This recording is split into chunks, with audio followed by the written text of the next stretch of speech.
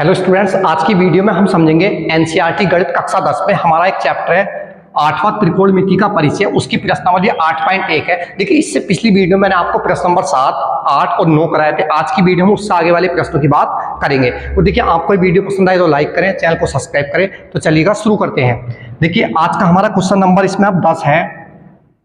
देखिए, इसमें कहा गया है त्रिभुज PQR में जिसका क्यू कोण समकोण है, PR प्लस QR बराबर 25 सेंटीमीटर है और PQ बराबर 5 सेंटीमीटर है, तो साइन P, कोस P और tan P के मान ज्ञात कीजिए। देखिए, अच्छा प्रश्न है काफी।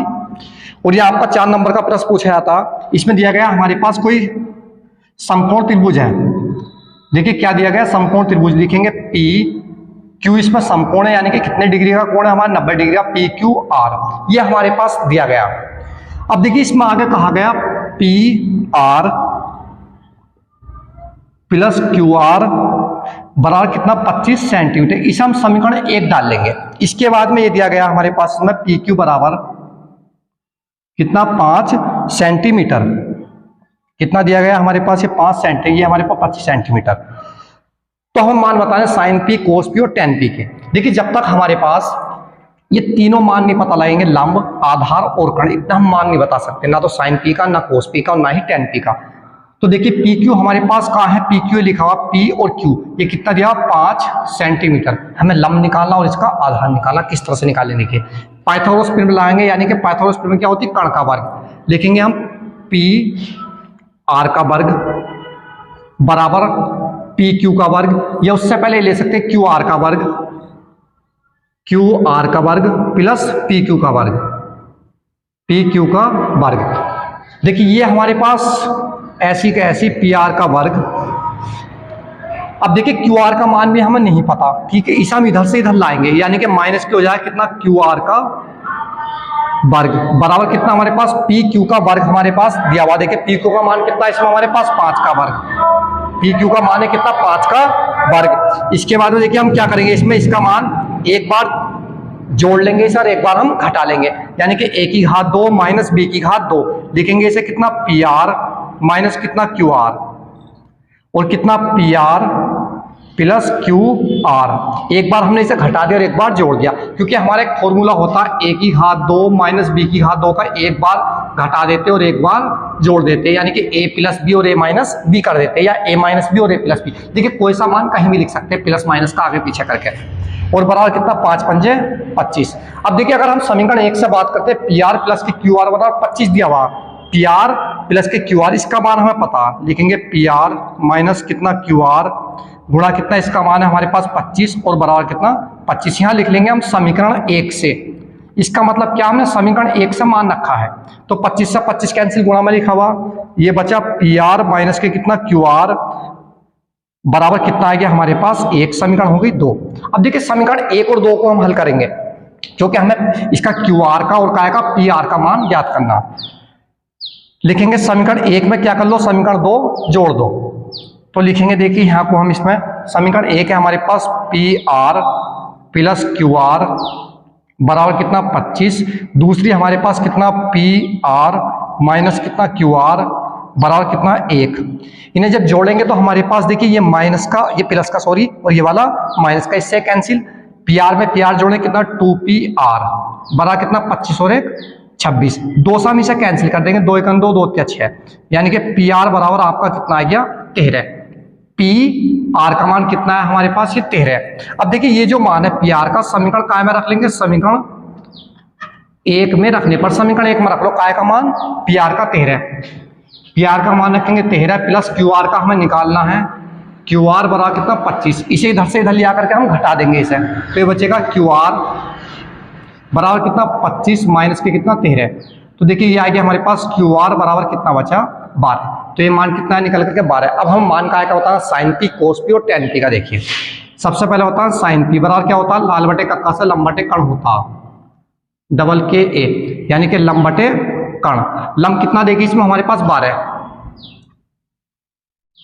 बटे कर्ण कितना इसमें हमारे पास 13, ये आंसर। इसके बाद में कोस P का मान, कोस P देखिए दूसरा वाला आधार बटे कर्ण कितना होगा A बटे K, आधार का मतलब क्या 5 और कर्ण कितना हमारे पास 13, एक ही आंसर 2 हो गए। इसके बाद में tan P का और मालूम किया गया था, tan p बराबर तीसरा वाला l बटे a यानी कि लंब बटे आधार। लंब कितना इसमें हमारे पास 12 और आधार कितना 5, कितना 12 और बटे कितना 5, लंब बटे आधार। तो देखिए ये क्या आ गया आपके इसके आंसर। अब देखिए इससे आगे जो हमारे पास क्वेश्चन नंबर 11 है, यानी कि इस एक्सरसाइज का लास्ट प्रश्न है हमारा 11वें का पहला पार्ट। देखिए इसमें कहा गया बताइए कि निम्नलिखित कथन सत्य है या असत्य, कारण सहित अपने उत्तर की पुष्टि कीजिए। यानी कि हम पुष्टि करने के असत्य है तो क्यों है और सत्य है तो क्यों है। देखिए पहला प्रश्न है, इसका पहला पार्ट है tan a का मान सदैव 1 से कम होता। देखिए कहा गया हमारे पास tan a का मान क्या होता, सदैव 1 से कम होता।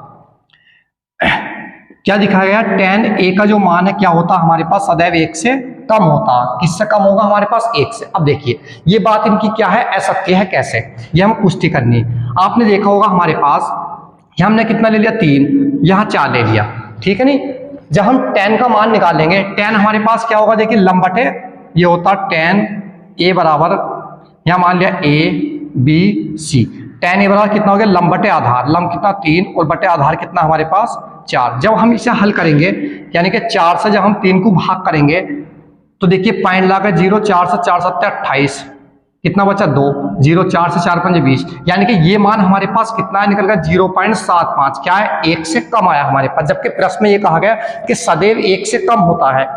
अब देखिए इसी मान को बदल दे मैं, ये हटा करके यहाँ 4 कर दिया, यहाँ कितना कर दिया हमने 3, तो ये भी हमारे पास देखिए tan a बराबर कितना लंब बटे आधार, लंब कितना हो गया 4 और आधार कितना हो गया 3। जब हम इसे भाग करेंगे 3 से 4 को तो देखिए 3 × 3 आ गया हमारे पास, ये बचा कितना 1, पॉइंट ला के 0, 3 से 3 या 9, कितना बचा 1 3, तो ये हमारे पास कितना है 1.33। तो ये हमारे पास क्या है 1 से अधिक है। यानी कि देखिए प्रश्न में तो ये कहा गया था सिर्फ कि tan a का मान सदैव 1 से कम होता, लेकिन हमारे हिसाब से 1 से कम नहीं होता। देखिए हमने मान चेंज कर दिया तो हमारे पास 1 से अधिक आ गया, 1 से कम भी हो सकता है, 1 से अधिक भी हो सकता है और 1 भी हो सकता है हमारा। तो ये लिख देंगे कथन क्या है, असत्य है। अब देखिए सेकंड प्रश्न इसका, सेकंड में कहा गया कोण a के किस मान के लिए sec के बराबर, देखिए कोण a के किस मान के लिए sec के बराबर कितना दे रखा 12/5।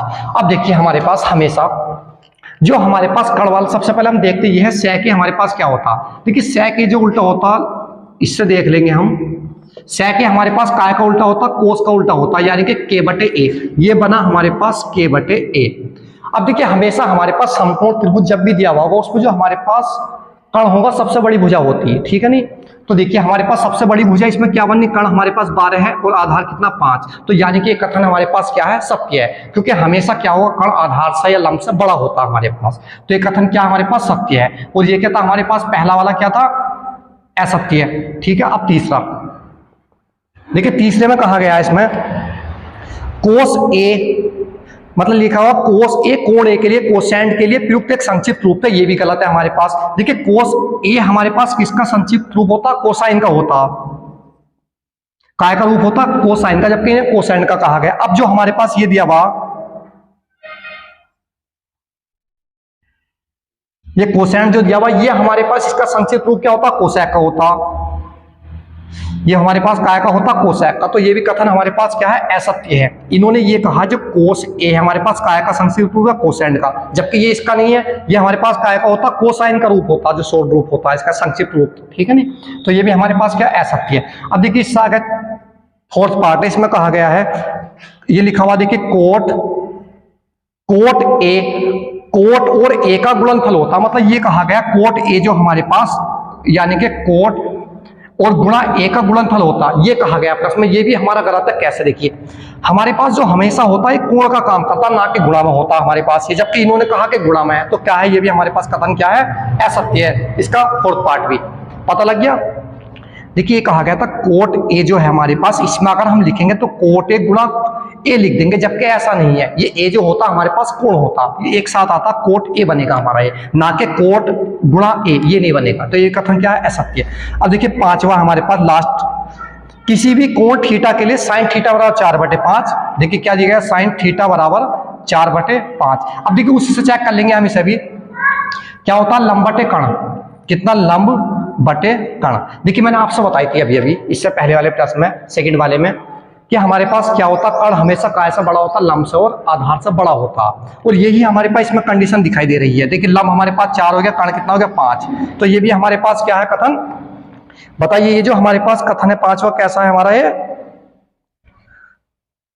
लंब बटे कण हो गया। देखिए सॉरी हमारे पास इसमें ये नहीं दिया हुआ, ये दिया हुआ 3 यहाँ हमारे पास कितना दिया हुआ 4/3 था। किसी भी कोण थीटा के लिए साइन थीटा बराबर 4/3।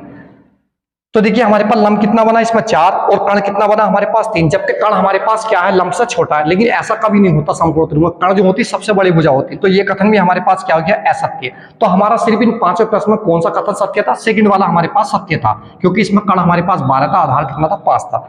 तो देखिए आज जो हमारे पास ये एक्सरसाइज थी 8.1, इसके प्रश्न मैंने आपको पूरे करा दिए जितने भी थे। इसकी हमारी टोटल 4 वीडियो बनी है, 4 पार्ट बनाई गई है, ठीक है। और आप चारों ही पार्ट प्ले लिस्ट में जाकर यूट्यूब चैनल की देख सकते हैं। और देखिए आपको वीडियो पसंद आए तो वीडियो को लाइक करें, चैनल को सब्सक्राइब करें। इससे आगे जो आपको मिलेगी, इससे अगली वाली प्रश्नावली यानी कि 8.2 के प्रश्न कराए जाएंगे। तो आज की वीडियो यही समाप्त होती है, नेक्स्ट वीडियो में आपसे मिलते हैं, जब तक के लिए बाय, धन्यवाद।